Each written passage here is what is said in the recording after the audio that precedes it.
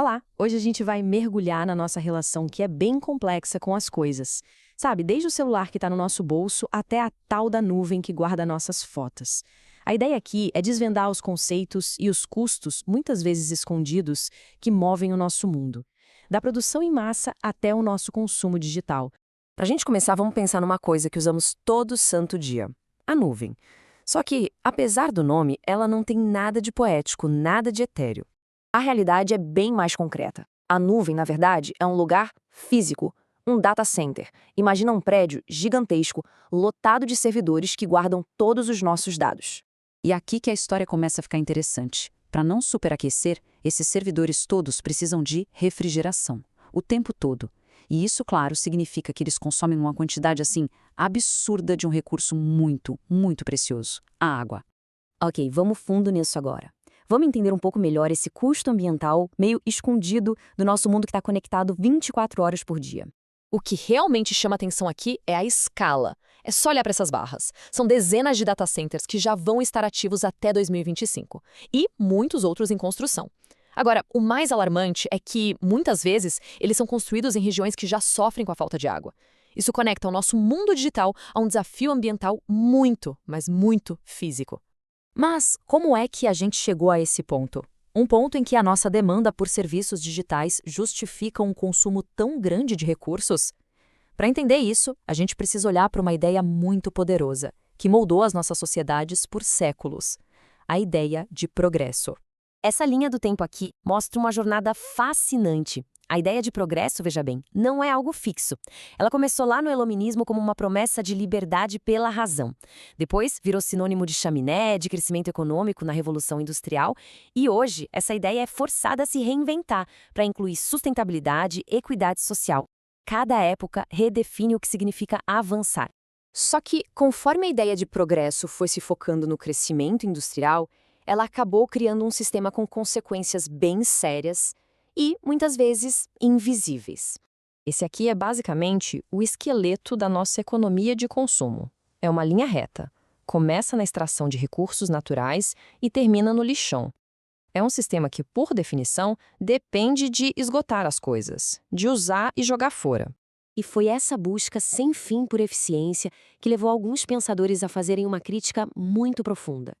Eles argumentaram que a razão, aquela ferramenta que deveria nos libertar, se tornou o que eles chamaram de instrumental. Ou seja, ela não era mais usada para o bem-estar humano, mas sim para dominar a natureza e otimizar a produção, sem se importar com os custos sociais ou ambientais. E aí a gente chega num paradoxo bem moderno. A promessa era que a tecnologia ia nos dar mais tempo livre, certo? Mas a realidade, para muita gente, é o contrário.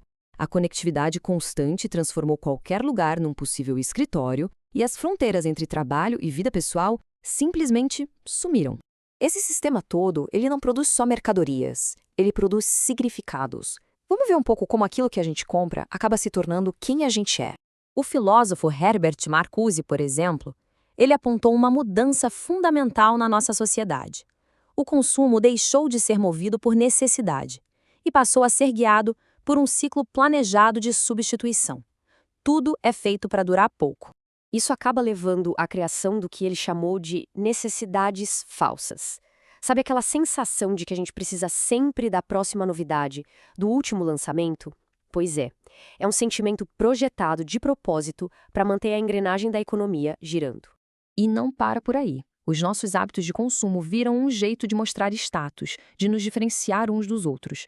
O que a gente escolhe comprar acaba comunicando a qual grupo social pertencemos ou a qual grupo a gente gostaria de pertencer. E tudo isso levanta uma questão essencial, uma questão de justiça, né? Quem é que realmente se beneficia de todo esse sistema de produção e consumo? Olha só esse número. De acordo com uma pesquisa de 2021 da Oxfam Brasil com o Datafolha, uma maioria esmagadora dos brasileiros acredita que uma coisa é absolutamente essencial para o progresso do país. E essa coisa essencial é exatamente isso: diminuir a desigualdade. Esse dado mostra uma crença muito forte de que progresso de verdade tem que ser um progresso compartilhado, tem que ser para todo mundo. E como resposta a todos esses desafios, novas ideias, novos movimentos estão surgindo, especialmente, aliás, entre as gerações mais novas. Um exemplo muito forte é o Fashion Revolution. Ele nasceu de uma tragédia e hoje exige transparência, exige ética na indústria da moda. Ele incentiva um questionamento muito simples, mas poderoso, sobre a origem do que a gente veste. E no mundo online, principalmente, tem uma tendência ganhando muita força, o chamado subconsumo. É um movimento em que os jovens escolhem ativamente comprar menos, viver de forma mais simples. E isso acontece tanto por uma preocupação com o planeta, quanto pela própria realidade econômica. No fim das contas, tudo isso nos deixa com uma pergunta fundamental para refletir. O verdadeiro progresso hoje é sobre ter mais coisas ou sobre precisar de menos? A forma como a gente responder a isso pode redefinir não só o nosso consumo, mas o nosso próprio futuro.